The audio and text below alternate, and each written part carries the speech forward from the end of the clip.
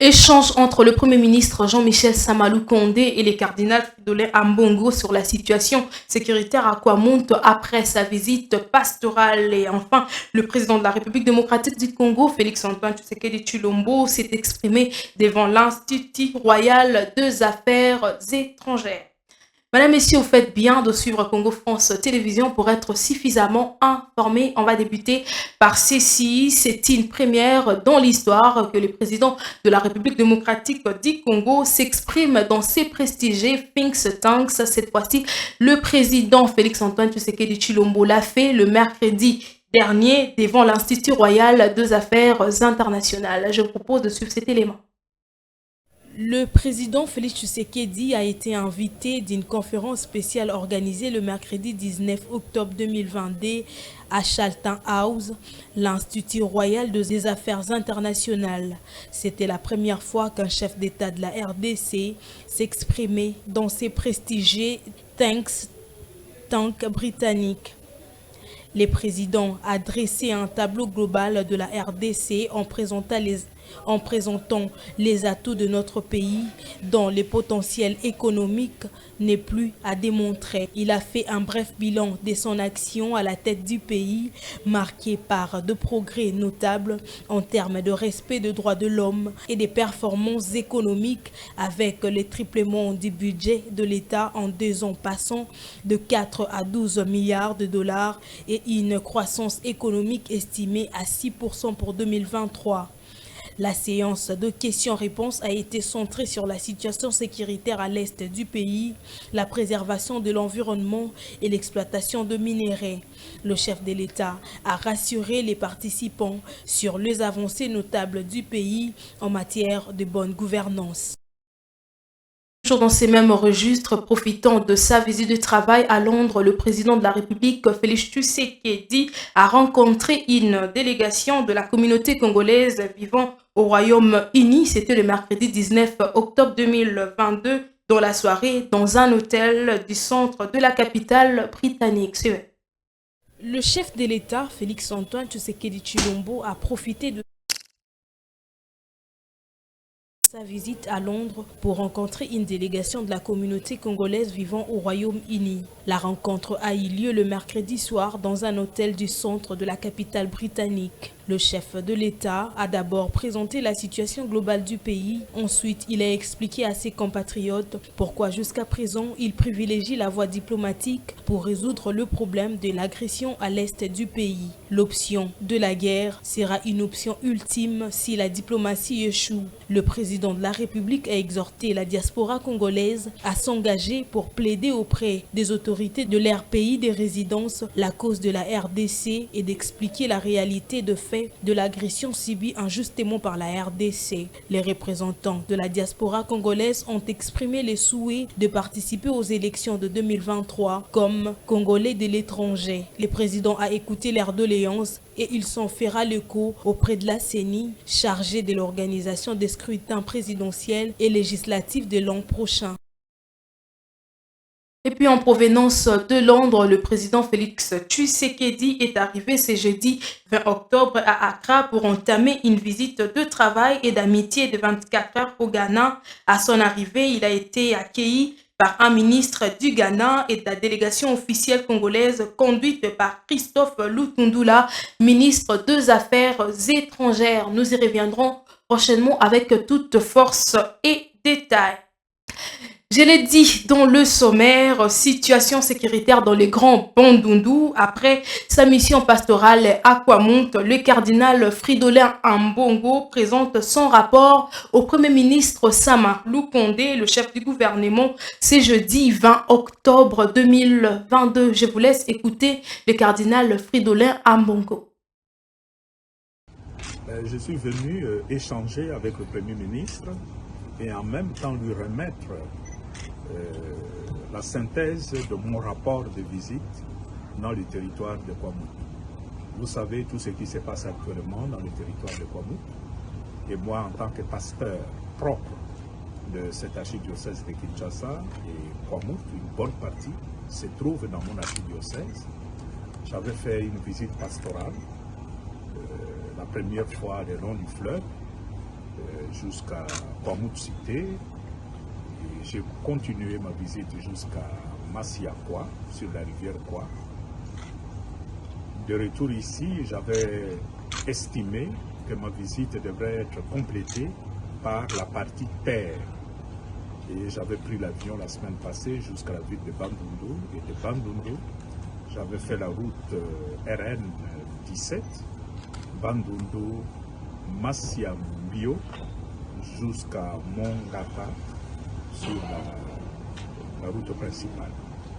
J'ai eu à rencontrer nos frères et sœurs qui sont dans cette partie et j'ai eu des observations qui me paraissaient importantes et avant de faire quoi que ce soit, j'avais estimé qu'il était tout à fait légitime que j'échange avec le Premier ministre là-dessus, ce que j'ai fait. Merci. Primature, une tête-à-tête entre le chef du gouvernement et la délégation de l'Organisation internationale pour les bambous et routins avec comme objectif présenter la possibilité de rentabilité de ces produits en République démocratique du Congo. Le Premier ministre Jean-Michel Samalou Kondé a reçu en audience dans son cabinet de travail le mercredi dernier une délégation de l'Organisation internationale pour les bambous et les routins avec laquelle il a revisité la coopération entre le gouvernement de la République démocratique du Congo et cette institution internationale. Les deux parties ont notamment évalué les avantages que la RDC pourra tirer de son adhésion à cette organisation si la procédure venait à être finalisée. C'est confiant à la presse, à l'issue de cet entretien, le directeur et chef du bureau pour l'Afrique centrale, René Kam, a souligné que ce sont des opportunités et des diversifications de l'économie, de création d'emplois et des innovations technologiques qui sont en jeu avec la valorisation de ces deux produits. Nous avons revisité la coopération entre le gouvernement de la République démocratique du Congo et l'Organisation internationale pour le bambou et le rotin sur deux aspects. Le premier aspect d'abord, c'était de revoir quels sont les avantages que la République démocratique du Congo pourra bénéficier en tant que pays membre, des opportunités de création de projets ici. Et le deuxième point était sur la finalisation de la procédure d'adhésion qui a été entamée par la RDC. Sur le premier point, on s'est rendu compte que la RDC, c'est 62% des forêts du bassin du Congo.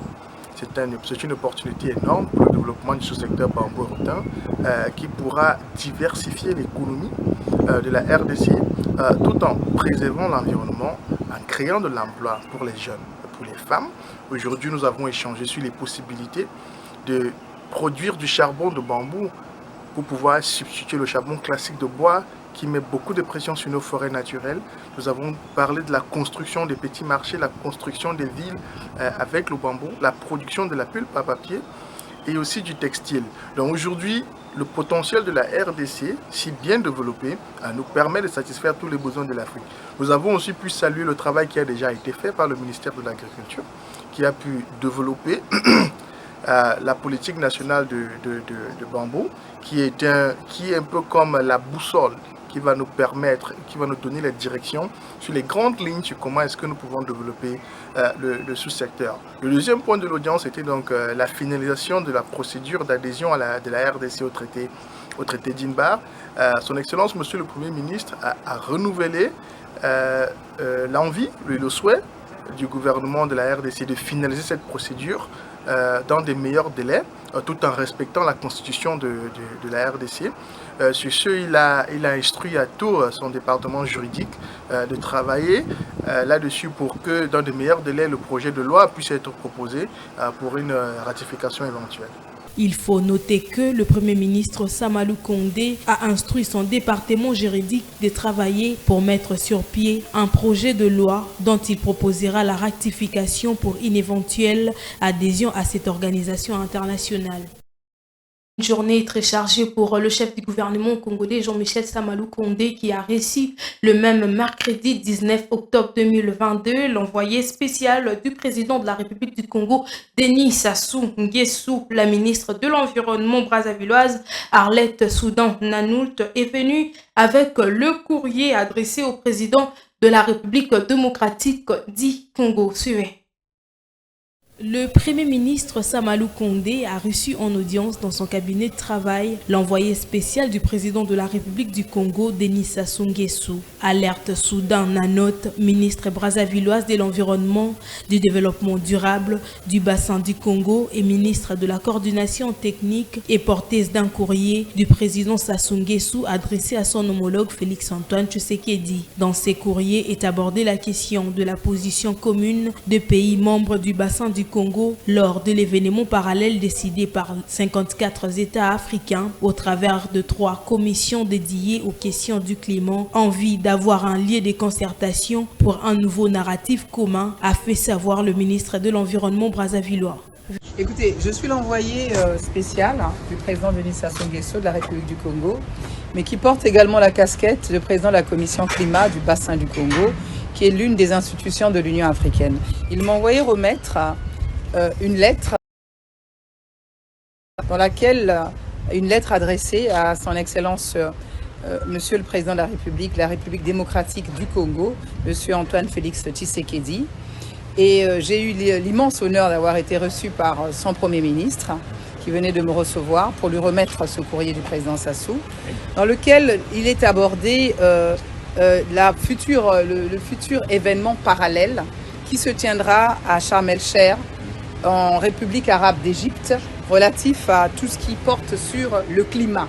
Nous, 54 États africains, au travers de 3 commissions dédiées sur les questions de climat, les chefs d'État, donc nos chefs d'État, ont décidé donc d'avoir un lieu de concertation, avoir un nouveau narratif qu'ils vont porter dans le cadre du plaidoyer, parce qu'aujourd'hui, le bassin du Congo, pour ne parler que de notre zone géographique, nous portons 10% de la biodiversité mondiale.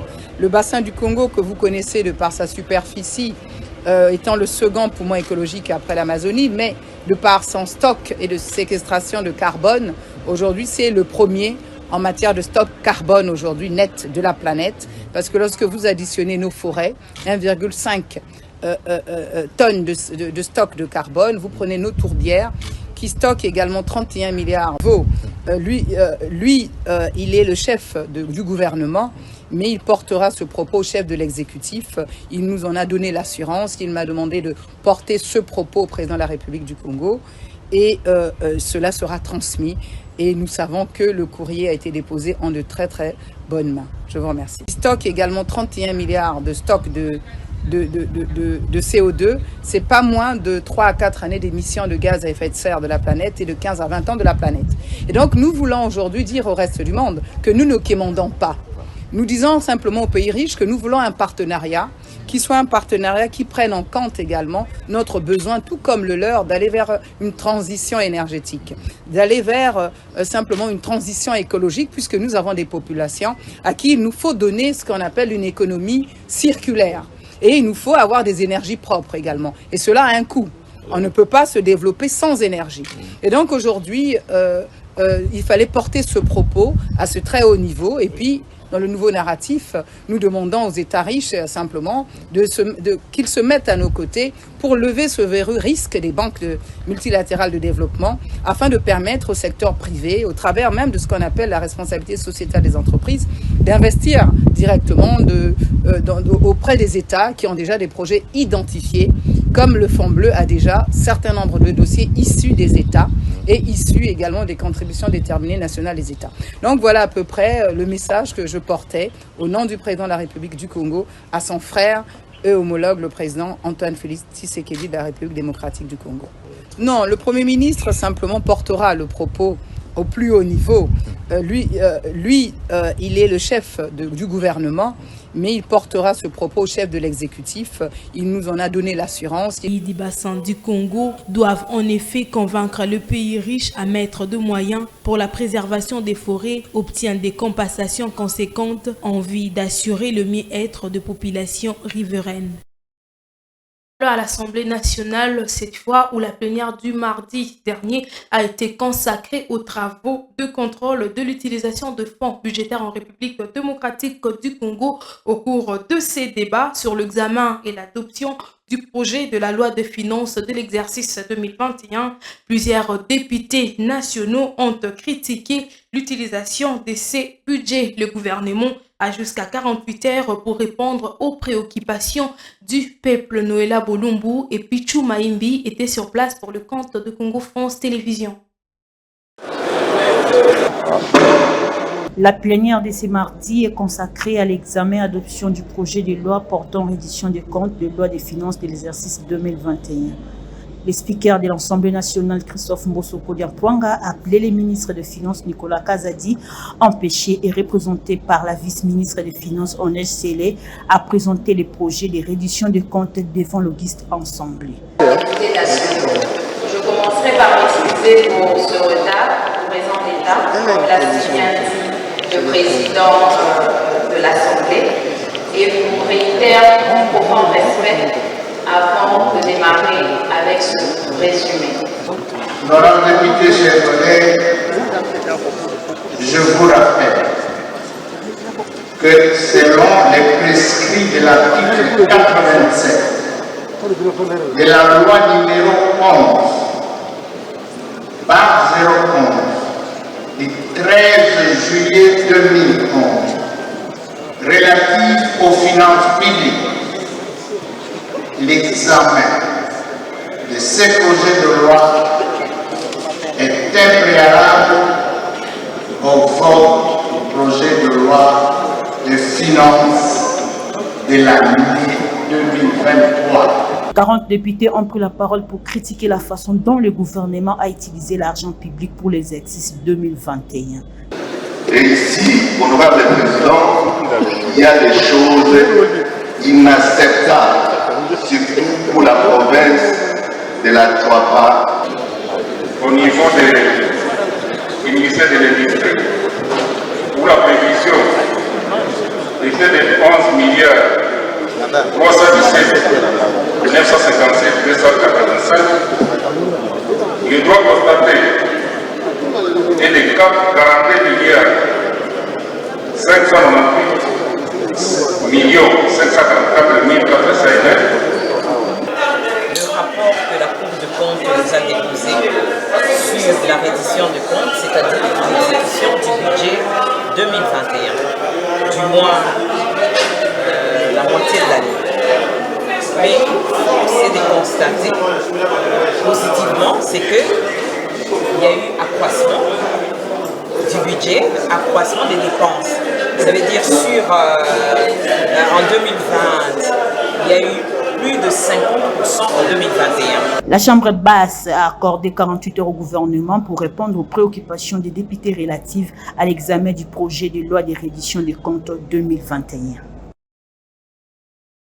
Allons en province, plus précisément en Ituri, sur instruction du gouverneur militaire Luboya Kashamadjoni, l'administrateur du territoire d'Irumu, les colonels Siron Simba et les partenaires du gouvernement dont la MONUSCO ont débuté du mardi 18 au samedi 22 octobre prochain à Kamanda les différentes consultations afin de trouver une piste de solution aux problèmes relevés. Suivez.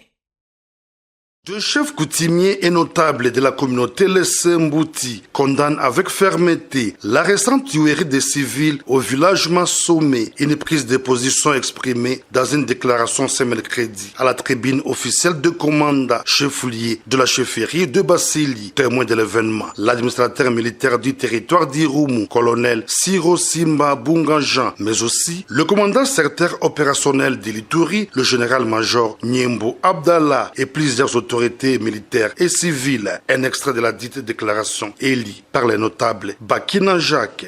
Les autorités coutumières et les membres de la communauté Lessembouti s'engagent à jouer ce rôle de sensibilisation pour encourager ses fils et filles de ne pas se faire manipuler par les ennemis de la paix. Appelle les brebis galeuses ou mieux perdues ici de la communauté de s'abstenir de toute activité criminelle de quelque nature que ce soit sur toute étendue de la chefferie et de revenir au bon sens pour cultiver plutôt la paix et l'amour entre tous, gage de notre prospérité partagée. Le général Nyombo Abdallah, commandant secteur opérationnel d'Ilturi, réitère la détermination des forces armées sous le commandement du lieutenant-général Luboyanka Shoma Johnny de traquer tous les groupes armés réfractaires au processus de paix. Kulisikia kwa radio acte d'engagement yenye magrupu fulani imesinye,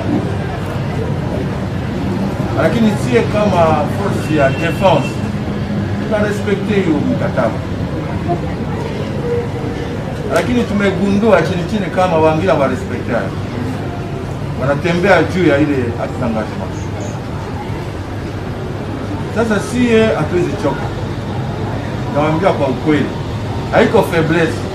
Signalons que cette déclaration intervient 24 heures après une consultation communautaire initiée par l'administrateur militaire du territoire du Roumou en collaboration avec certains partenaires de l'administration militaire afin de renforcer la cohabitation pacifique entre communautés de la région. En société, pour terminer, mesdames et messieurs, à Kinshasa, l'on constate après chaque pluie une situation déplorable dans plusieurs coins de la capitale. Ces constats a été fait ce jeudi 20 octobre 2022 où les habitants éprouvent d'énormes difficultés pour s'évacuer dans leurs activités quotidiennes. Constat de Claudiane Liboula et Onésime Bilari. Après la pluie vient les beaux temps, dit-on. Mais à Kinshasa, dans des différents coins, que de cris de pleurs et de regrets, les différentes personnes telles que les habitants des avenues, les usagers, pas besoin de continuer à s'évacuer à leurs activités et occupations. Des caniveaux bouchés, macadam remplis d'eau de la pluie, une situation qui inquiète la population du jour au jour.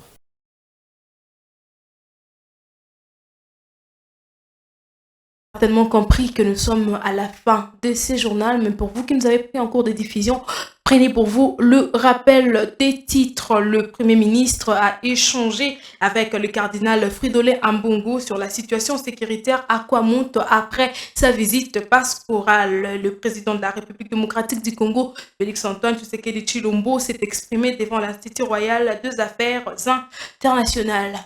C'en est fini pour aujourd'hui, mesdames et messieurs. Un grand merci pour votre attention soutenue. Si vous l'avez aimé, dites un grand merci à l'équipe technique et rédactionnelle de Congo France Télévisions. Restez branchés sur nos antennes car les actualités restent continuelles.